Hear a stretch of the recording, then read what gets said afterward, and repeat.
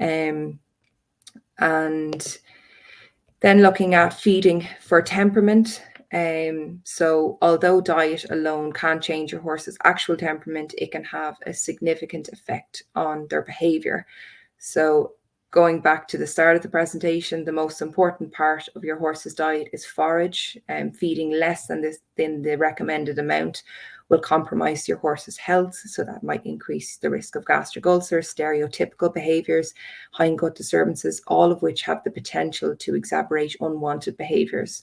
So the nutritional value of your hay will largely depend on when it's cut. So a late cut hay tends to have lower digestible energy than an early cut hay. So this makes it a popular choice for horses that are prone to hotting up.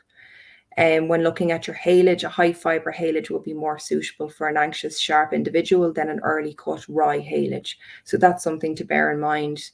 And when choosing your feed, for horses that are prone to being overly excitable or anxious, look for a feed that contains controlled levels of starch and sugar.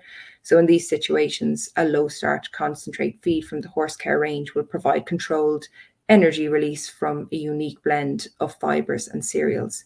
So if you've already made all these changes to your horse's diet, you're managing their exercise levels and environment to help minimize stress, anxiety, or excitability, then it might be worth considering a specific calming supplement. So there's a high number of calmers on the market, and it's important to note that when you're making your choice, that some calmers are based on one single ingredient. So for example, your magnesium is the most popular.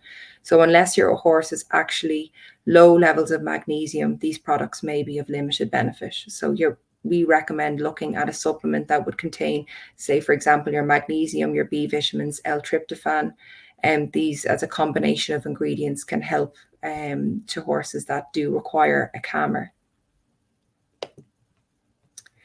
So just a summary of good feeding practices. So firstly, have your vet or dentist check for teeth, worm dose, watch for any signs of ulcers, treat as found.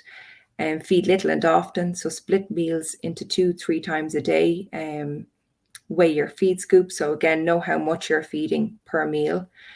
If you're feeding less than a recommended amount, we recommend adding a feed balancer. This is just to make sure that your horse's diet is fully balanced and they're reaching the right levels of protein, vitamins, and minerals.